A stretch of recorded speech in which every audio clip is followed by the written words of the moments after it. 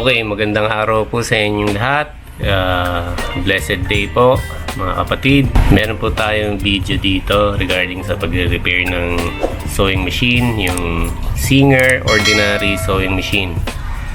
Bali, eto pong makina na to dinala sa atin ng customer, dati ng customer nung way back 2020 pa or before, bago pa mag-pandemic. So bali, may problema siya sa makina niya. Dati ko nang inayos to, pero since na nag-pandemic nga, nahirapan siya akong kontakin. So napagawa niya dun sa mga rumoronda na nagre-repair ng mga sewing machine. Naayos naman daw, kaya lang ngayon may problema daw ulit yung makina.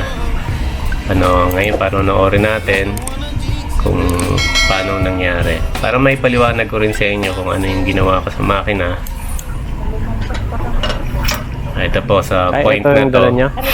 Wini-welcome po si ma'am. Yun yung sasakyan nila, yung Fortuner. Naglakad lang ba kayo? Ay, hindi yung sasakyan niya? Hindi kayo rito magparada. Ay, ito. Okay lang eh.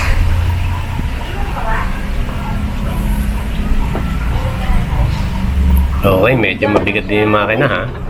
Pinagawa ko yan eh. Ito po yung bang gumaganyan lang siya eh. Ito, bigla na lang siya umano.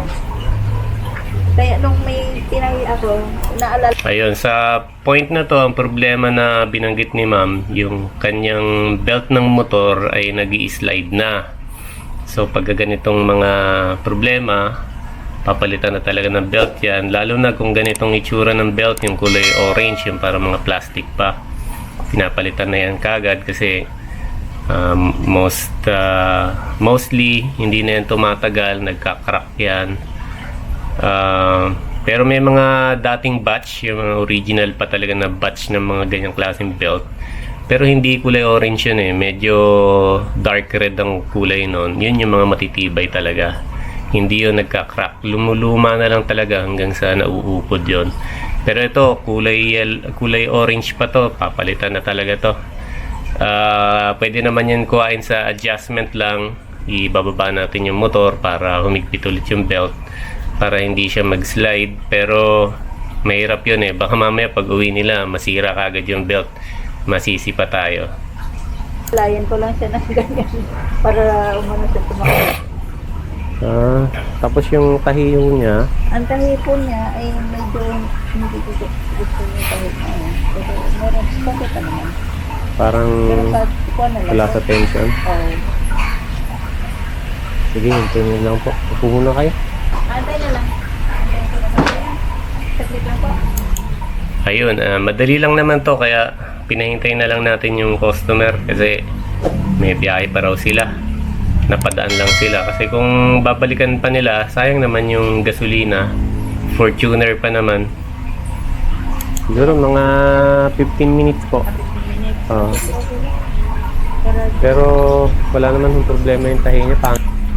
Actually, sa regular na paggagawa ng sewing machine, mabilis na talaga yung 15 minutes. Kaya dapat to mga nasa around 30 minutes to gawin para ma-check ng maigi yung makina. Hindi lang yung pinoint out niya na may problema, kundi pati yung ibang part na ng makina. Pangit lang ang pasada. Ito lang po ang ano. Ito lang ang concern niyo. Last, bigla na lang siya gumaganyan siya eh.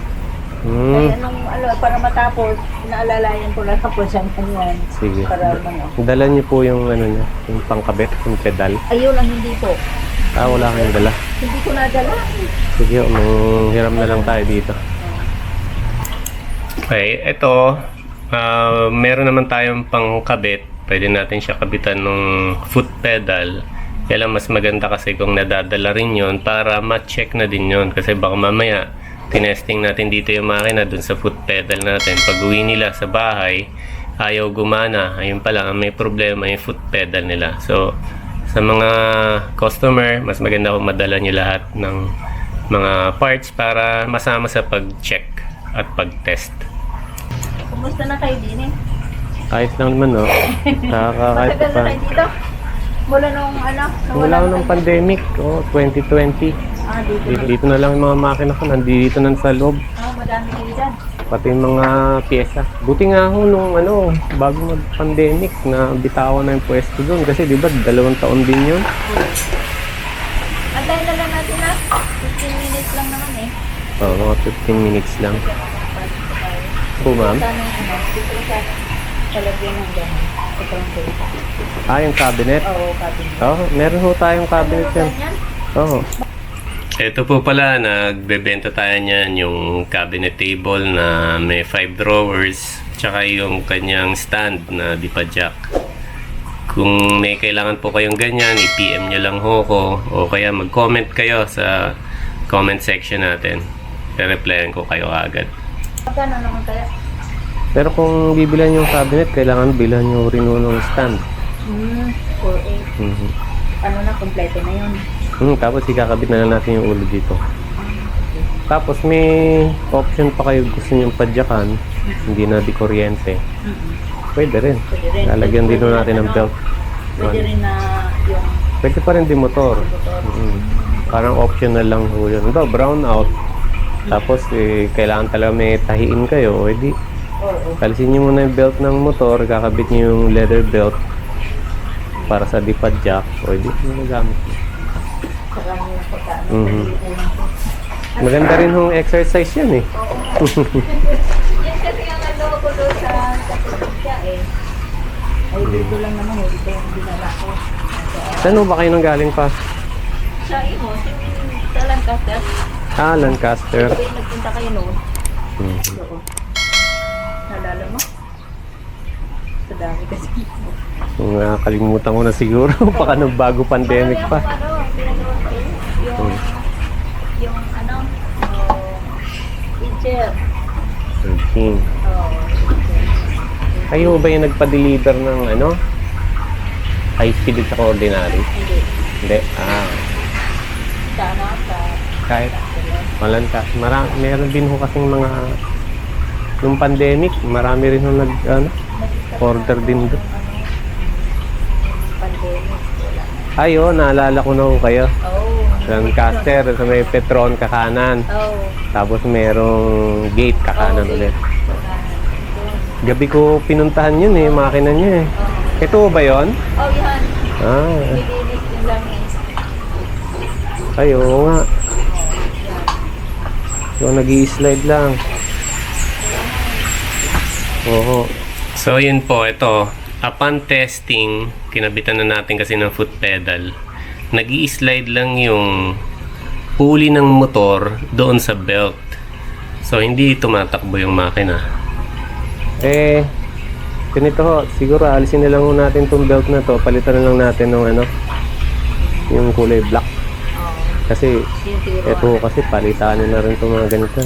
Ayun, ang pinapalit na po natin dyan yung kulay black na. Parang katulad na rin ng materyales na gamit sa fan belt ng mga sasakyan.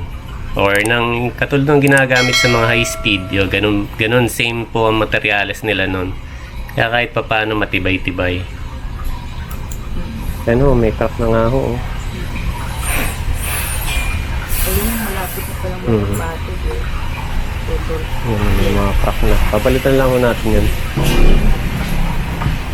Yung maliit na ano doon, yung pwesto namin. Kaya hindi ko maano-ano yung ganyan niya. Kasi na, maliit lang ang pwesto doon. Oo nga. Ayun, nakita nyo po kung paano kayo sinuot yung belt. Bali, sa kabilang side muna, isusuot nyo muna hanggang dun sa ilalim ng hand wheel. And then, tsaka nyo ngayon, ilulusot yung the rest para makalusot. Kasi yung iba, pag sinukat, isipin mo hindi kasya yung belt. Pero maniwala ko kayo, kasya po yun. Hindi nyo na kailangan tanggalin yung belt. May papasok at may papasok yung belt mismo. Huwag nyo lang ipasok ng sabay. Kailangan yung isang side lang muna. Tapos isuksok nyo sa pinakailalim mismo ng hand wheel. No, sa garahe ho yata nakapwesto to.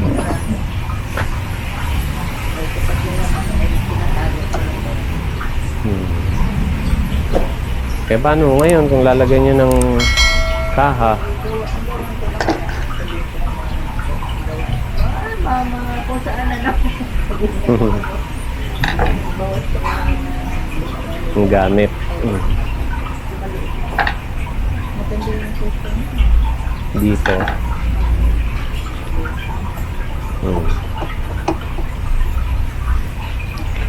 Maganda. Ito po pala, panoorin nyo kung paano sineset yung tamang higpit ng belt. Ito pong klase ng belt na to, yung kulay itim, medyo iba po ang paghigpit nito compared dun sa mga kulay orange or mga kulay dilaw or pula na belt. So, panoorin nyo po kung paano natin sineset at saka kung hanggang saan ang tamang higpit niya. Lang rito, malapit lang din sa highway. Ilang hakbang lang. Ngayon lang ko kayo nakarating pala rito, no? Nanganasikan.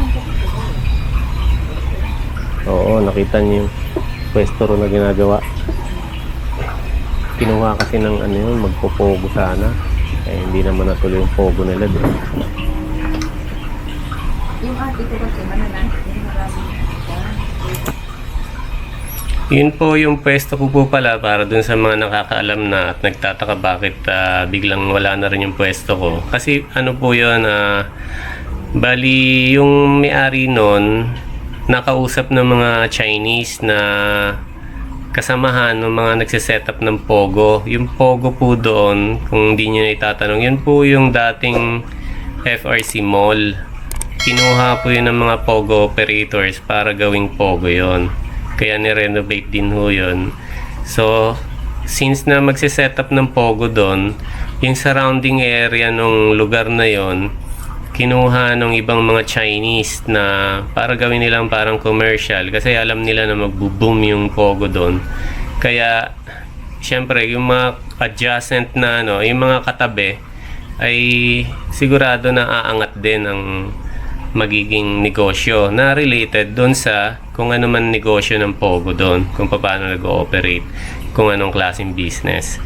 So marami yung nag-setup doon, mga barbecue, mga parang convenience store, everything related doon sa, kasi mga tao pumupunta rin sa Pogo mga casual drinker, mga ganon. Actually may mga beer house din doon na nag-setup. Yun nga, may nagba-barbecue at the same time nag-offer ng mga drinks, ganon. Yung mga liquor, mga beer, ganon. Pwede kong mag-shot-shot habang nandoon naghihintay. So, yun ang naging trend doon nung time na yon. Kaya kami, bali kung hindi kami 4, baka 5 kaming mga tenant ang napaalis ho doon. Tapos, giniba yung building and then tatayuan sana ng bago.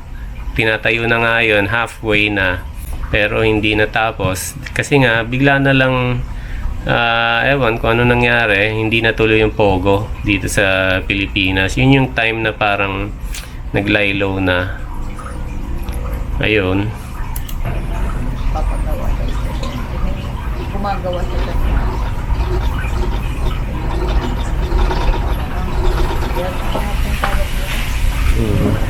Belt. at saka baka may tanong nyo, ano naman kung nagtayo yung Pogo doon, pwede din naman yung business namin doon kahit may Pogo na. Kasi po mas mataas yung offer ng mga Chinese na kumuha doon sa pwesto kaysa sa amin. Kahit pagsamasamahin pa yung upa naming 5 tenant, mas mataas yung offer ng Chinese doon. Kasi ginawa nilang ang plano nila doon sa pwesto, kung nadadaanan nyo at nakita nyo yung structure, gagawin ho nila na parang Starbucks, parang 7-Eleven, parang ganun. Starbucks yung dating niya, parang cafe, ganun ang dating nun. Pero ewan ko, hindi ko clear pa kung ano talaga naging usapan ng may-ari at saka ng Chinese. Pero yun nga, dahil nga sa medyo naglaylo yung Pogo dito sa atin, kaya affected yun syempre. Yan sa kanya ko dito. Peg. Nasira pa siya So, Warak na, no? nawarak na yan. Kakabuhat ko. Ayan po, every time na may dinadala kayong makina sa atin dito, lalo't ganito mga ordinary, sinesecure talaga natin na may langis talaga siya. Hindi po pwede na umalis sa atin dito yan na walang langis. Kung meron man yan, dinodoble natin. Kasi yung nilalagay nating oil dyan yung malapot na. Pang sasakyan. Hindi, tinatago ko nga. Kasi may sabi na, ako mama, huwag mo yan dyan. Doon pala ang punta nyo ngayon sa Amadeo. Oo, kasi na ito ng tatay ko.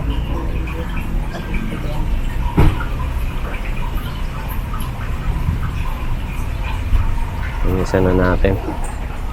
Dito na rin lang.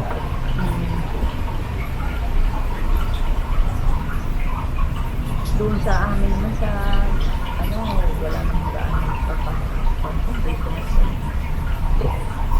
Wala mo siya. Ayan, kapag ka naglalangis po kayo ng makina, halimbawa, kahit once a week, gawin nyo rin ito, pati ilalim, lalangisan nyo.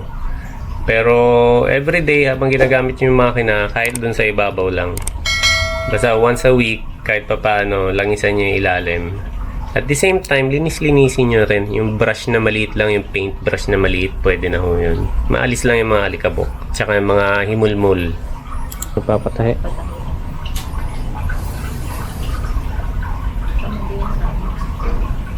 May sila na yung puti ate doon. Juki na high speed.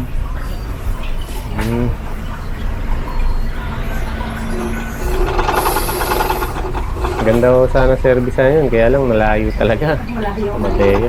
Saan mo banda sa Amadeo? Doon sa malapit doon sa may Save Mall. Doon sa may bayan na. Oo, bayan. Tagaytay. Oo. Diyan, mismo. Tapos, Barangay Onte. Barangay 11.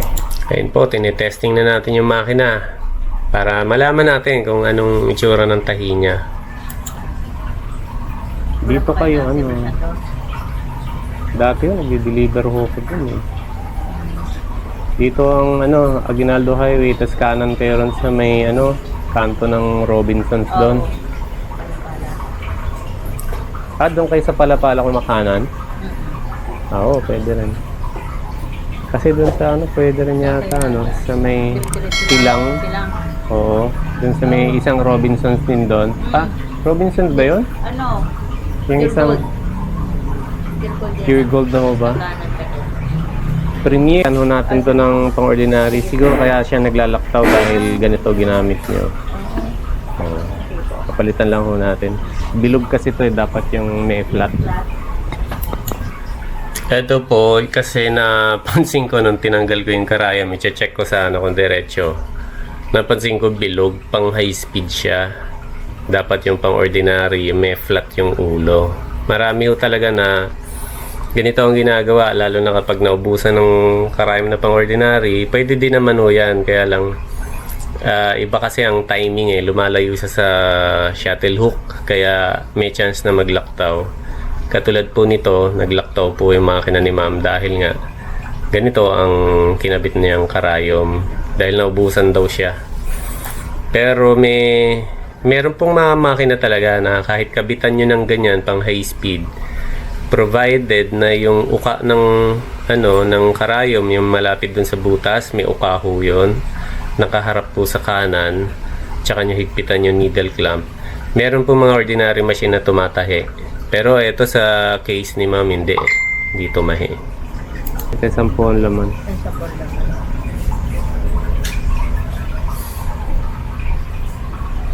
Kung ano-ano na lang sinasalpa ko dyan na karayom? Kasi nga sabi ko, sa karayom nga ito. Huwag din ho kayo bibili dun sa Minsan kasi sa palengke merong mga karayom na hindi maganda. Ayun, sorry ho, hindi naman totally lahat. Pero marami ho kasing instance na may customer ako nung in-interview ko sang kinuha yung karayom na dispalingago. Halos lahat to na nagsasabi sa palengke nila nabili. Kaya nasabi ko to rito sa video. Pero hindi naman lahat. Meron kasi mabibili sa palengke nito na maayos din naman. Kung bibili po kayo, sabihin nyo mismo sa bibilhan nyo kung pwede ang ibigay sa inyo magandang klase. Ganun lang. Eh, nakakasira ako ng makina yun. Dahil sa ano, sa silang kami nabili ni Ate.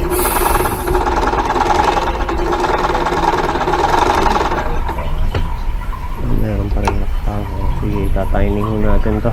Baka nawala sa timing. Yun pala.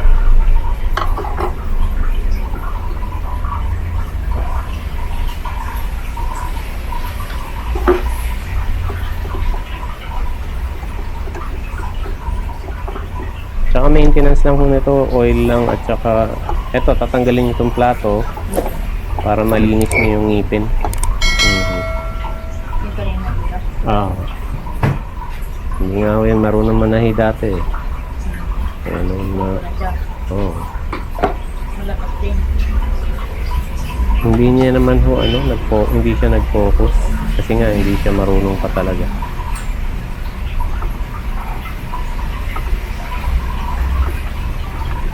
Ang sabi.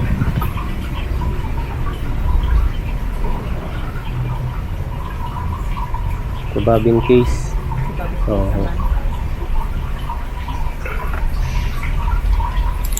Ito po yun, yung pagka inikot nyo yung makina at hindi ka agad makaakyat yung karayom ay yung sinulid, nagpapatid. Pwede nyo yung silipin sa ilalim habang nakasalang pa yung tela. Pwede nyo silipin sa ilalim kung saan sumasabit yung sinulid. Bakit hindi siya makaakyat, hindi siya mahatak paakyat. Pagka makikita nyo yun, minsan sasabit siya sa bobbin case. Try nyo lang palitan yung bobbin case. Katulad doon ito nangyari dito, pinalitan lang ng bobbin case. Wala nang sabit. Kasi may chance minsan na yung bobbin case natin magaspang na. Minsan naman parang hindi tugma dahil nagbago yung timing. Kaya kailangan palitan nyo. Mura lang naman ng bobbin case.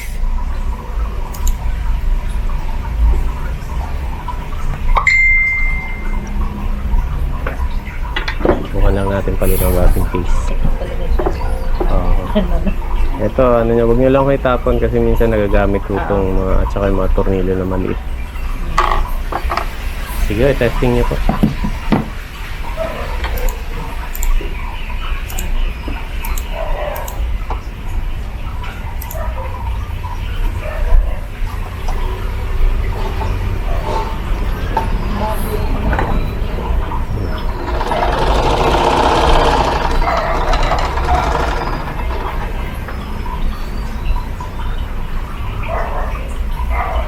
Wala naman hong ibang ginalaw dyan, yung gumawa, yung huling gumawa. Wala siyang ibang... Yung mga dalawang pyesa. Alin hong pyesa? Yung in-adjust ko? Yung hinigpitan ko?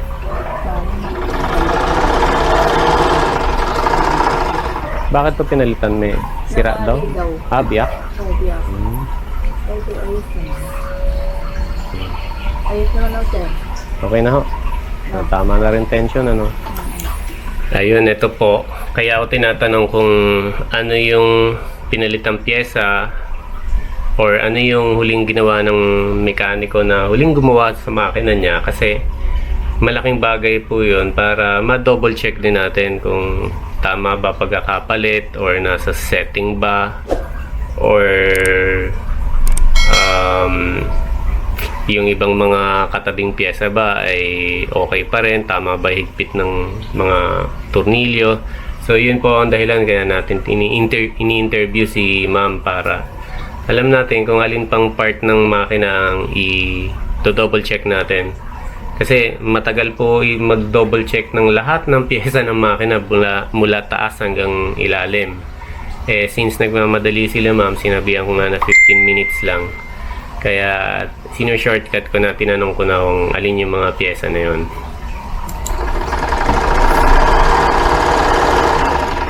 Kapag nagtahi na lang po kayo ng makapal, bigatan nyo to. Pag ano. Oo. Pakana naman ng ikot para lumubog siya. Pag ganito lang. Pag mga damit lang, tama lang ho yung ano na yan. Adjustment na yan.